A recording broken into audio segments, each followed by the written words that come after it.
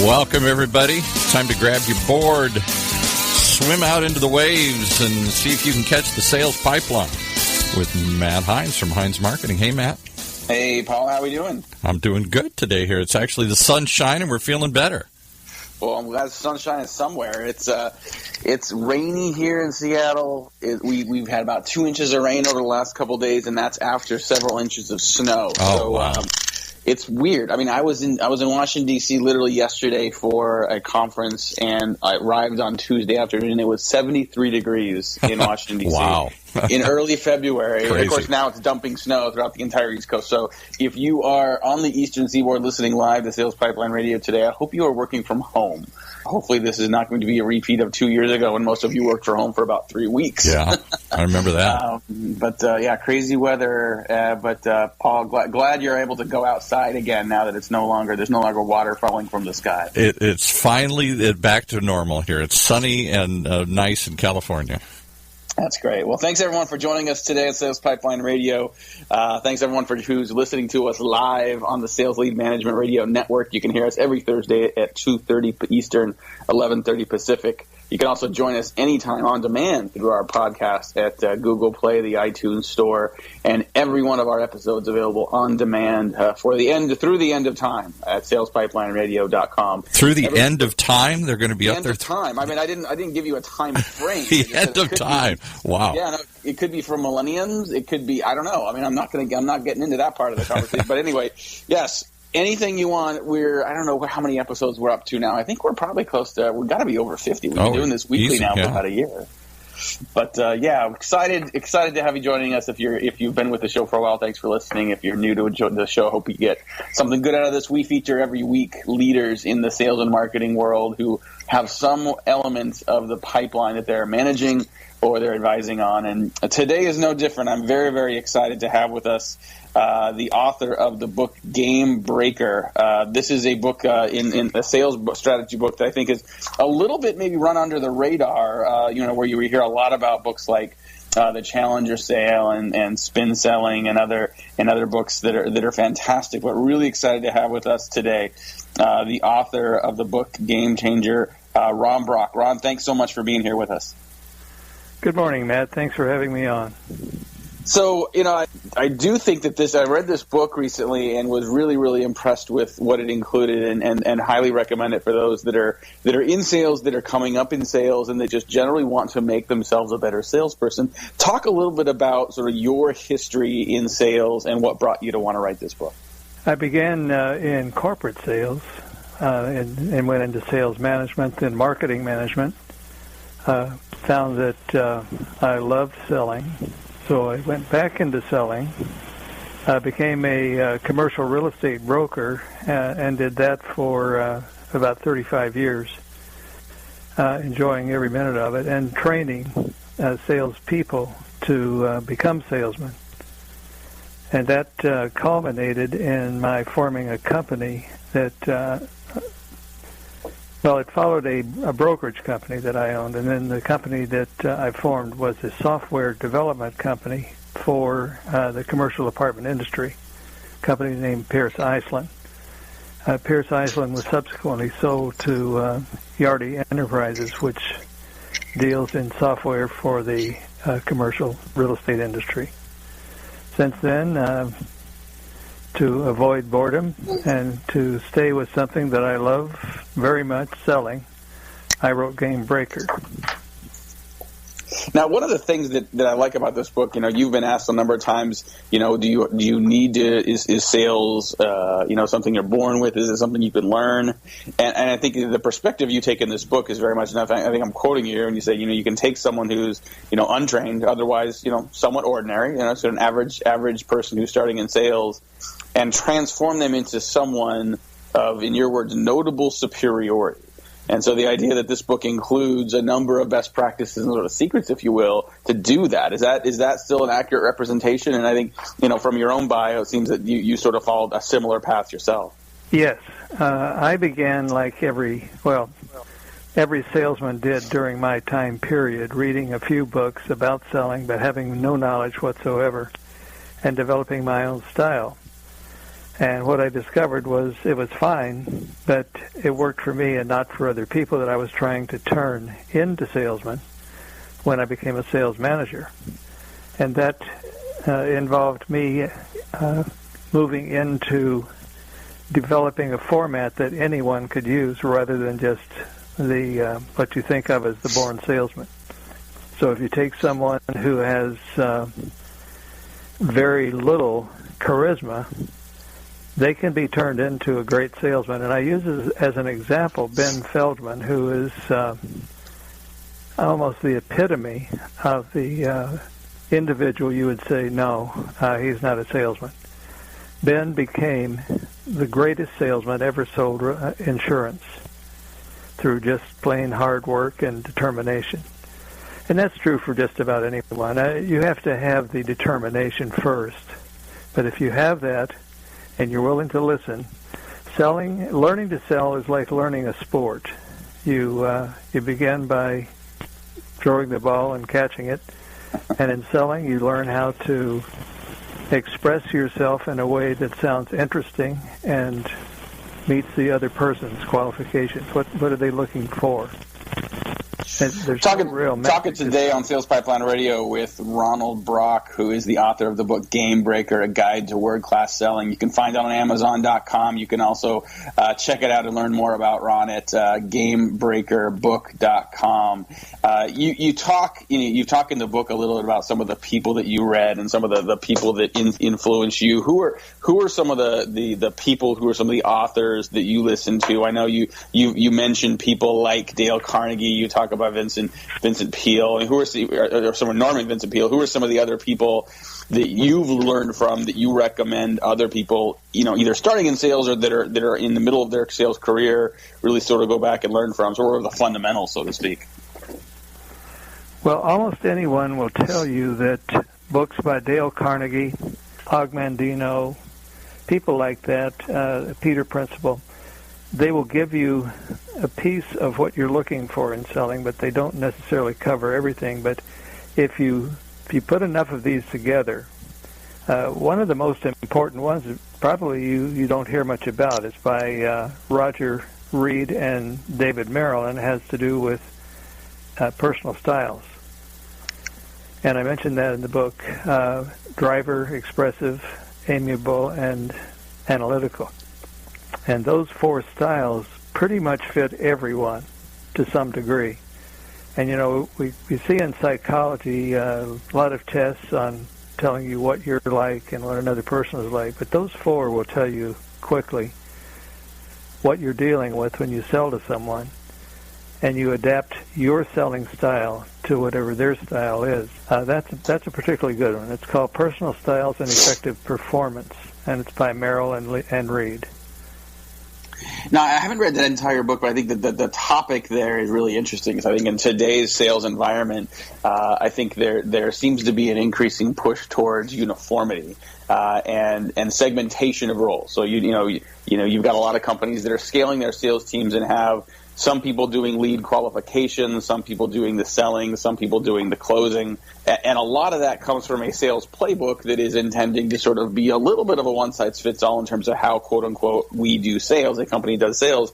But I think the idea behind Merrill and Reed there in Personal Styles is not only identifying your selling style, but understanding who you're selling to, what their style is, how they operate, and leveraging the uniqueness of that conversation to build rapport and close the deal. Talk a little bit about that and how, is there a way that today's sort of, scalable sales team can still leverage that customization to be successful?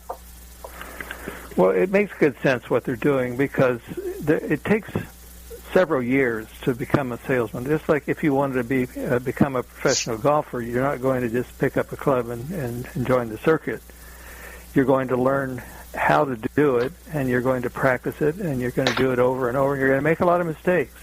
Right. And learning to sell is a process of making mistakes, correcting the mistakes, and moving on.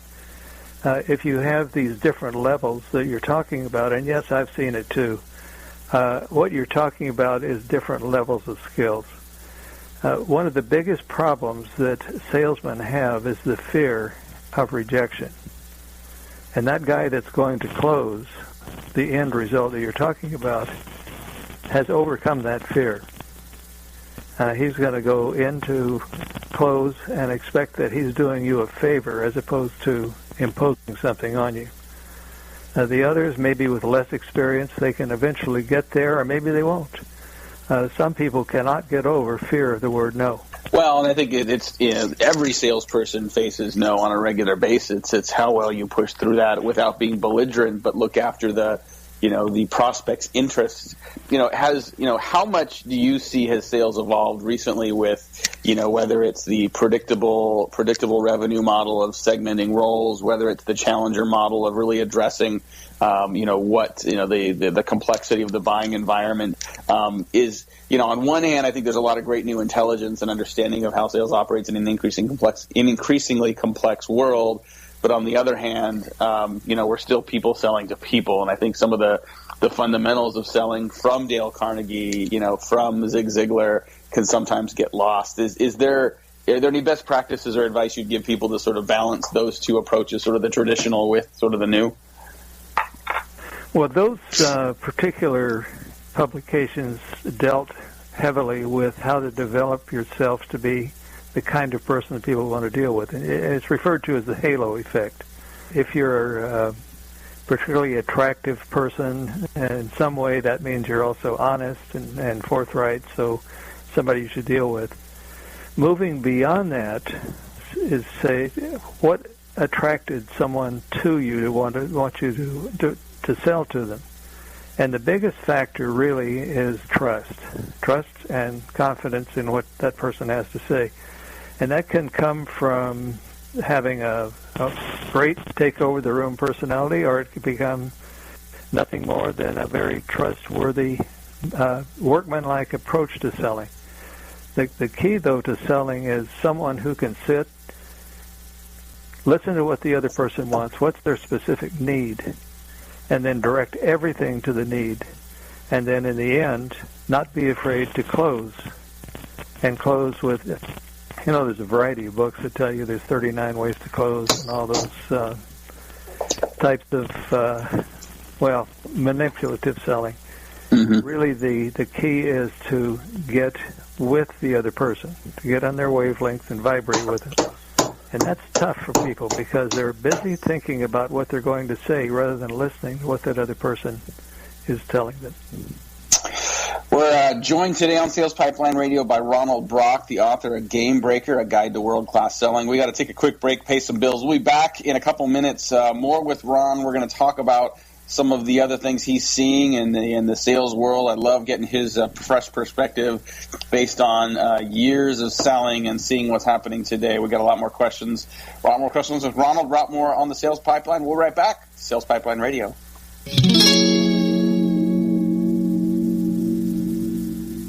In a world where the speed of innovation and change in B2B marketing has never been greater, the only thing bigger is the need for clarity, for a blueprint, for a guide to what's really working and how to apply it specifically to increase sales pipeline growth, velocity, and conversion. That's what you'll find in the Modern Marketer's Field Guide. Download it free at HeinzMarketing.com. Whether you're producing a seminar series, users conference, lunch and learn, or exhibiting at a trade show, Validar has a solution. From capturing leads at trade shows to managing on-site registration, tracking session attendance, gathering information, and providing sponsors lead retrieval, we have a full suite of solutions for you. Since 2005, Validar has been turning corporate events and trade shows into better business. Call 888-784-2929 or visit us at validar.com. And now back to Matt and his guest. All right. Thank you, Paul. Well, thanks again, everyone, joining us, Sales Pipeline Radio today. If you like this conversation with Ronald, you can hear a replay in a couple days up on salespipelineradio.com. You can catch a transcript of our conversation with Ronald on our blog in about a week at HeinzMarketing.com. And in the next couple of weeks, we got some amazing additional guests. Next week, in the middle, right after we hit the midpoint of Q1 2017. We're going to be thrilled to have Lauren Baccarello. She is the Vice President of Marketing at Box.com. We're going to be talking about how she's partnered from a marketing perspective with sales, especially to go after enterprise deals. Week after, we've got Shannon Dougal, who's the Vice President of Marketing at Uberflip. We're going to talk about some interesting and in some cases surprising new research into content marketing and what's working and what attributes of content are breaking through the clutter and getting noticed by prospects and buyers today. But I want to spend a little more time today in Sales Pipeline here with Ronald Brock, who's the author of the fantastic new book, Game Breaker. It's the Guide to World-Class Selling. And, Ronald, I love that you continue to write, you continue to learn, you continue to think about what you're seeing. And if you go to the website Gamebreaker blog or GameBreakerBook.com, you can click on blog. You're still posting at least once a week, and with some great content. And a couple of things I wanted to cover, sort of highlight here. One of the topics you wrote about in December was the idea that selling skill improvements come only through making mistakes. Talk a little bit about what that means. I mean, clearly people don't intend to make mistakes. We don't want to go through failure, but oftentimes failure and mistakes are the path to improvement and success. Talk a little bit about what you've learned from that and what best practices you can share with our listeners. Well, you're going to get knocked around some when you begin selling, and the longer you sell, hopefully, the less you get knocked around, but you will continue to make mistakes in some form or another, and it's generally related to dealing with that other person in such a way that puts them off. But if you, each time you make an error, or say you make a mistake of saying to someone, well, I understand what you need is, and then they come back to, you don't understand anything at all. Okay, you're not going to make that mistake again. Typically what you would do is correct it and say, as my understanding, and then you would begin to feedback. But feedback is critical, and it's very difficult to do if you're thinking about what you're going to say next as opposed to hearing what that person's saying, right, and then dealing directly with it. If you're going to become very good at selling, you're going to stay motivated. You're going to take that selling very seriously. You're going to take preparation. You're going to out-prepare your competition. You're going to try things that are uncomfortable to you, and that's where the making mistakes comes in. Very, very important to learning what you're doing. And through that, the biggest problem is to stay loose and don't give up. I think I agree with you, and I think persistence, positive persistence is something that you see as a trait of many, many successful salespeople who are hearing no on a regular basis and aren't necessarily willing to give up. And in many cases, they're doing that not for their own numbers, but based on, for to really be the advocate for their prospects. Sometimes I think we hear no from prospects. It's because they just aren't willing to deal with the problem now. They don't understand the opportunity cost of not moving forward. Is there a line between sort of being persistent and being annoying, and how do you tread that line? Oh, definitely. As a successful salesperson? Definitely, and that's the craft of selling, actually. Yeah. The old cliche is the sale begins with the first no. Mm-hmm. So you move from there into trying to understand what it is that's causing the issue. And it could be nothing more than it's not in the budget, or they've got a friend who sells for another company and they like their product because of that. What you have to do is get to whatever it is that's bothering them and then deal with it. That's perseverance. Right. If you want to get annoying, you start pushing based on how hard you work to make this presentation and how difficult it is for the other person to understand what it is we really do for you. That's right. That's the amateur. That's the guy that I refer to as a pretender in the book. He just doesn't get it. It's always the other person. If you answer the question, what's in it for me, you're doing it right through the presentation. You referenced earlier that becoming a successful salesperson takes time, and you're not talking about months and weeks. You're talking about years, and I agree with that. I think that's true for really any profession. Malcolm Gladwell talks about the rule of 10,000 hours, that if you want to become world class at something, you spend 10,000 hours on it, and that just takes time. Sometimes it just takes the at-bats. But unfortunately, I think a lot of sales organizations and even salespeople expect results faster than that. You hire someone who doesn't have a ton of sales experience, you put them through a couple of days of sales training, and the ramp-up period expectation is, weeks, days, months. It's not a lot of time. So on one hand, you've got the expectations of a sales organization against sort of, a sales rep that's going to need time. Is there a balance you can play between there? Or is it just the evolution of just moving from good to great to world class? Well, what it comes down to is the individual. What are you willing to give it? You have to put in the clock time. But in addition to putting in the clock time, you have to understand what it is you're trying to learn. There's a lot of behaviors that we acquire over the years, whether it's from our parents or schoolmates or teachers, that don't necessarily work for selling. You have to be able to identify those, correct them, and set some new habits. And among the most difficult is to correct are things like procrastination, or lack of follow-through, things that matter when you're dealing with someone and you're trying to, it depends on the size of the sale, but when you're trying to make a formidable sale, the ability to stay in there and get things done on a timely manner and do it well, don't do slapdash work, takes some time to get there, and you have to know your product very well. Now, that's study time. If you know your product and how it compares with your competition, that's a very strong position to be in. It's not the position you want to end up in, because you want to develop a personal capability to present that in such a way that it makes it sound reasonable. I'll give you an example. Salesmen for insurance companies typically talk about your family and how you're going to take care of them. Ben Feldman, who was the master, never spoke about dying. He spoke about when you walk out, the money walks in. That sort of framing of the product. And framing of the product is it's something that requires creativity, and that just takes time to develop. How do I compare to my competition? I feel like we could keep going for quite a while here, Rob. I know we're going to run out of time here just in a couple minutes. Definitely encourage folks to check out the book. It's called Game Breaker, The Guide to World-Class Selling. You can find it on Amazon.com. You can learn more at GameBreakerBook.com. And, Ron, what's next for you? You have more books in the works, and you continue to blog actively. What should people expect to see from you 2017 and beyond? Sure. Yes, I will be blogging, and I enjoy the process of blogging, mostly because once a salesman, always a salesman. I love selling the way a professional athlete loves his sport. It's just fun. Mm-hmm. So, yes, I will continue to write the blog, and I do have a potential book in mind, but most important right now is the blog, and I enjoy that.